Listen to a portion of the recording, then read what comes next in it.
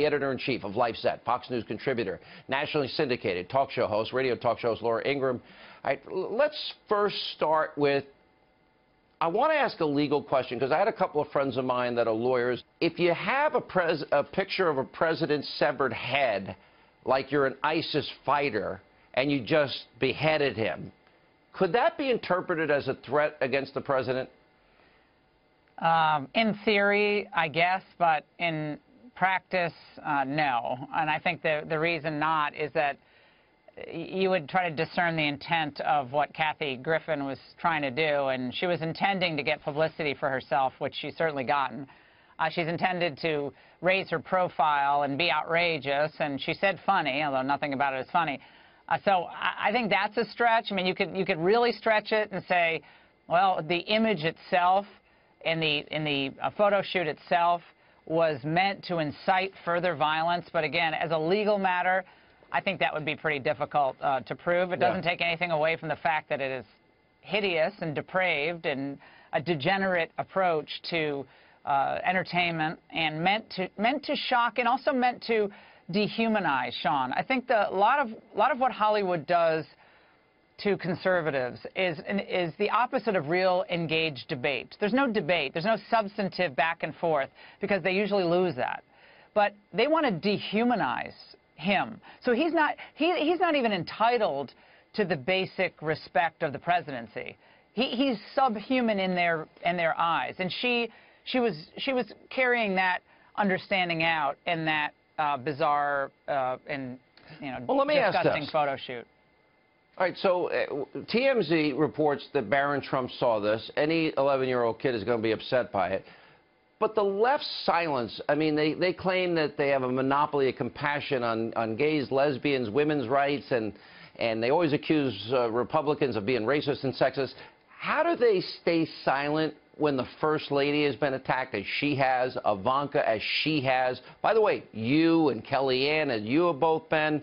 Lara Trump was going to join us later. How do they justify never standing up for you guys or never standing up for my right to free speech when they're the champions of free speech? Well, because they're not true feminists. I mean, they cloak themselves in the feminist garb, but in reality, they're just either socialist, leftist, Marxist, and their goal is just to grow the government. They don't trust the people. The individual people who turned out in droves in Michigan and Wisconsin, Ohio, Pennsylvania to vote for Trump, they're subhuman too. I mean, they really aren't either entitled to determine their own destiny, their own understanding of marriage, their own understanding of when life begins.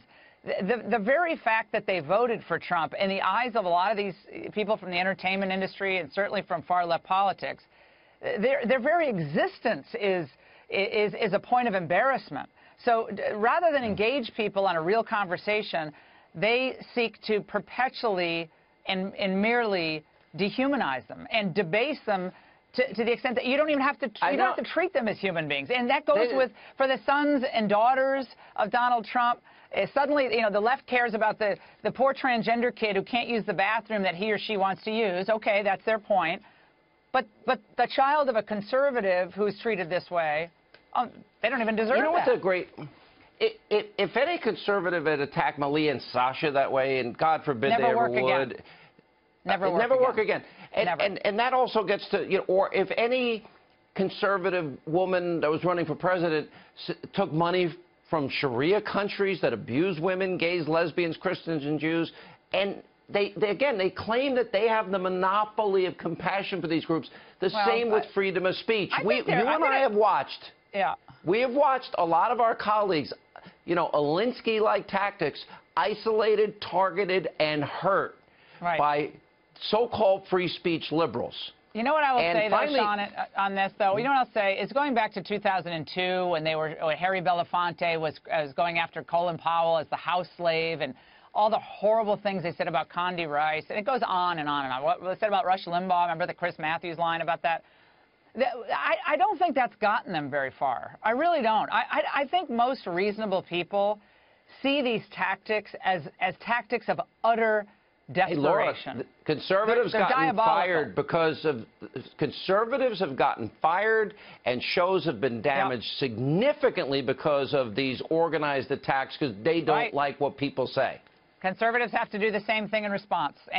We can sit around and whine and moan about how unfair this is, and it is. It's gross. It's awful.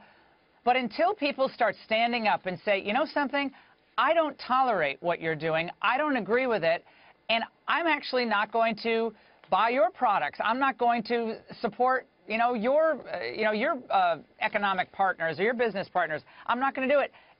Money does talk at some point. All right, Laura Ingraham, as always, thank you for being with us.